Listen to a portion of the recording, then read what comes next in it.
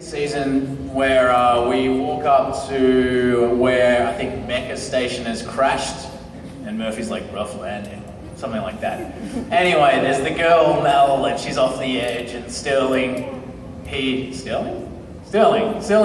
off the edge, and it was like the middle of summer in Vancouver, which is still pretty hot, and that day the cliff was down there, and you know they had to set up these ledges and whatnot, and then green screen the bottom of it out.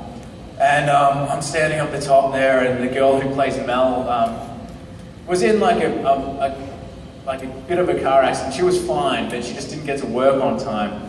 So I'm standing there being like, just hold on, Mel, it's gonna be fine. And literally there's a stone sitting next to my foot with a cross on it and a smiley face. I'm like, just hold on! Like, you know, I was like, this is ridiculous. Come on! And yeah, the PJ, the director's like, yeah, I really feel it. I'm like, it's a freaking stone, man. I'll do my best.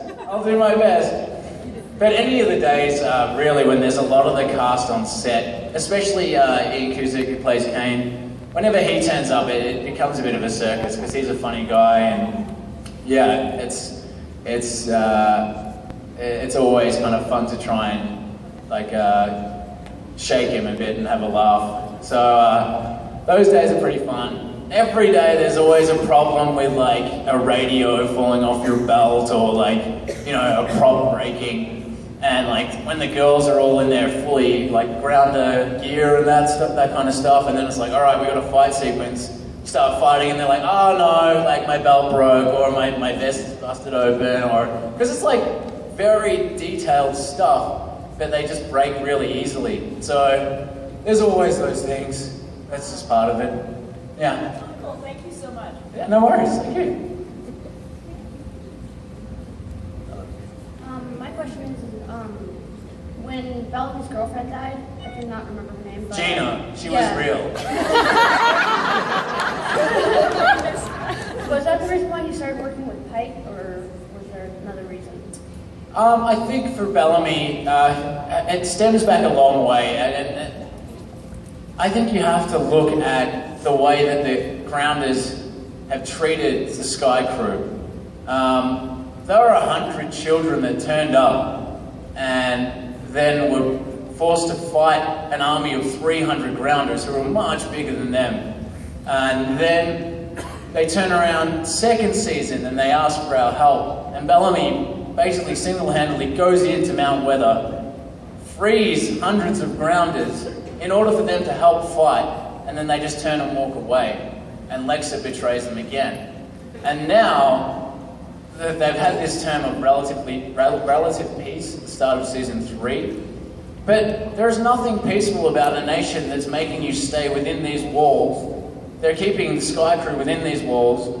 Grounders are still taking their medical supplies, yet offering them nothing.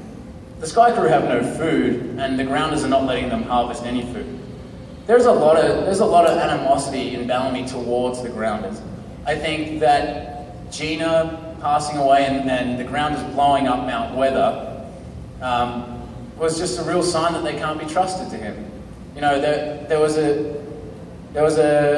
period of peace because the grounders said, you will stay inside Arcadia and you can get some supplies from Mount Weather, which isn't really a fair deal when they're owning all the lands around you and taking your medical supplies.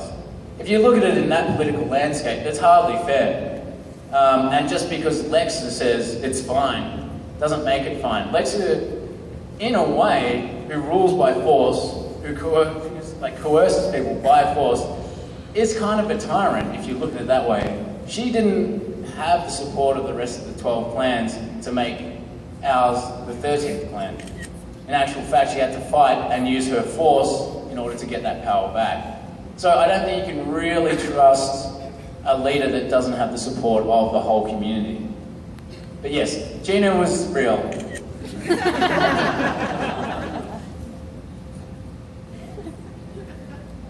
I was wondering what your favorite season was to shoot and why.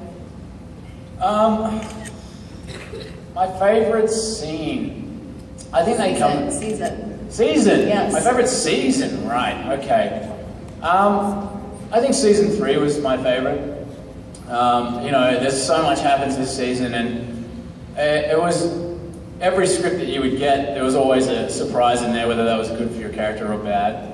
And that's always entertaining. And to be honest, I was happy that Bellamy took a turn.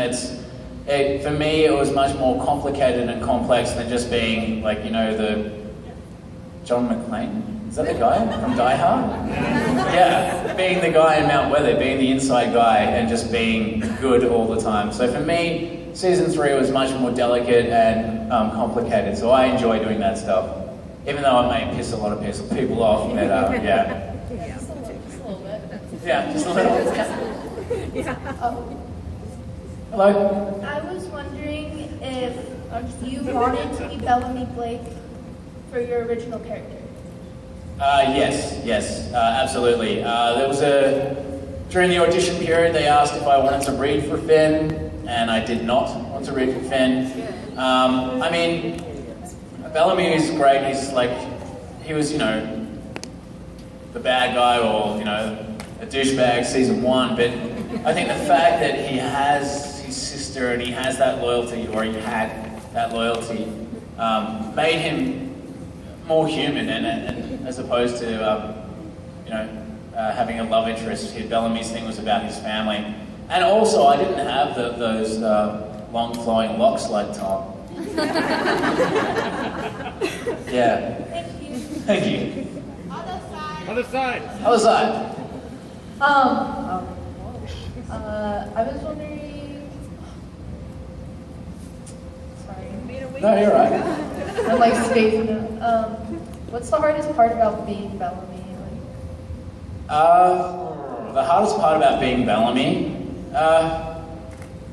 I think for me, it's as much as it seems like Bellamy's a leader, that I think that he follows orders quite a lot.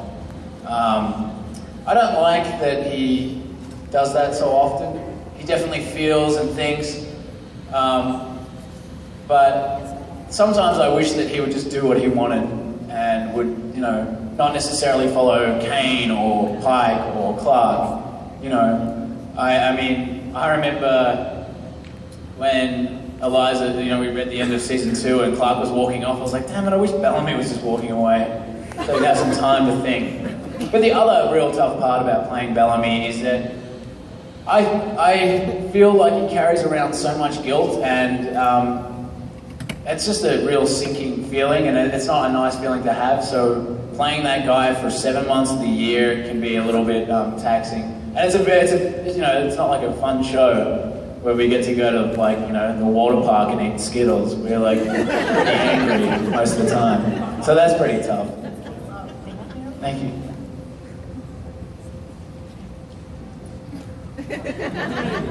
Who wants it? Come get it. You got it. You. Okay. If you could play any other character on the show, who would you play and why? You know, for the longest time, I always said I'd like to play Raven, because she's cool, and that's awesome. But I was thinking about it last night, actually, because I thought I might get this question. And I would like to play Ellie, because I reckon I'd look great in that red dress.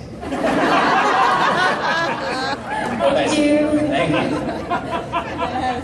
Hi. Hey. So you were talking earlier about how he mistrusts the Grounders so much. At some point, we're going to see Clarke come back, and she, like, Bellamy and Clarke have had this, like, really, like, codependent leadership. And I guess I just want to know, like, how you think Bellamy's going to deal with basically her betrayal of him. Like, we kind of saw it already, but, like, she kind of, like, weaseled out of that situation, so... I think that's like, you know, I know what happens, but if Yeah. I was to guess at, you know, what we've seen so far, you know, it's an interesting thing, because Clarke came back to convince Bellamy to do this thing, and Bellamy disagreed with her. Then she ran back to Lexa, and Lexa agreed with her, and now Lexa's gone, so who is Clarke going to turn to? Because I feel like Lexa definitely, like, or not Lexa, but Clarke chose Lexa's side. Yeah, she absolutely did. So. But Lexa didn't have, like, the full support, and then, you know, it wasn't it was her political standpoint that eventually got her killed, and I mean, it would have been Clarke, but that's. I mean. Are we gonna be able to see Clarke and Bellamy like heal that relationship? What up, Clarke and Bellamy? Tell us. What? I'm not talking about romantically. I just think whether there'll be healing between the two of them? That's what I'm talking about. Yeah, will there be healing between Bellamy and Clarke? Well, I think, the show is hinting at a bigger threat that is bigger than both of them. So, in that respect, then maybe. All right, thank you. Oh, come on. Hello, thank you for being here. Oh, no, thanks for coming. Just sort of a general question I always kind of wonder with TV actors, when you're shooting a lot of the time, you're shooting out of order, you're acting to a green screen. Do you ever actually go back and watch the show, like in order? Or if you're busy, but if you have time or have interest in doing that? Yeah, I mean, I watch the show, but I do find it difficult to watch my own work, but I also think that it's a great way to learn what you can do better and what you did really poorly. But I really enjoy watching what Richard's done, and Isaiah and Lindsay and Eliza. That it's a funny thing for all of us to work so hard on a show and not necessarily get to work with each other. So I like to see what the crew has done. We've got an amazing amazing crew, and we've got a really amazing DOP, Michael Blundell, who produces awesome shots. I always like to see what they do with the CGI, and our stunt team, which is coordinated by Marshall Virtue, does a great job. So whenever I read the stunts or the shots or the CGI, I do like to see the finished product, because you do get to see it at different increments before it's finished. Like I'll go in and record extra dialogue, or go back and shoot other stuff. But you never really know how it's going to be edited and how the finished product's going to look. I do go back and watch it, and I can enjoy it, I can enjoy bits of it, but other bits I find very tough to watch. Yeah. All right, thank you. Thank you. I know that I was very shocked the first time I heard your real accent, so I'm just kind of wondering how you learned to do such a convincing American accent. I think that as an Australian, you kind of grow up watching American or British TV, and you just, something of it becomes just, inherent, or you just pick that up along the way, not inherent, but, you just develop that throughout, and I worked on it for a while before I came to the States, but each character that I do usually has like a different accent and whatnot. But Bellamy, actually, you know what? I was chatting to my brother just the other day, and I was like, you know what I just realized? I watched a lot of Bold and the Beautiful when I was a kid. And I realized that Bellamy is just like a reincarnation of Rich Forrester. Because I spent a lot of time pretending to be Ron Moss. So, yeah, Bellamy could be Rich Forrester. Anyway, yeah, sorry, Rich and the children. I work on it quite a bit, and I think, Eliza and I worked on it sometimes. There are some certain words that are real sticking points, but it's definitely having a voice for the character, not necessarily an American accent, but a voice for a character helps you develop a character in general. So having Bellamy's voice it's like putting on his shoes and his costume, and then doing his voice completes the character for me. Yeah. Thank you. Thank you.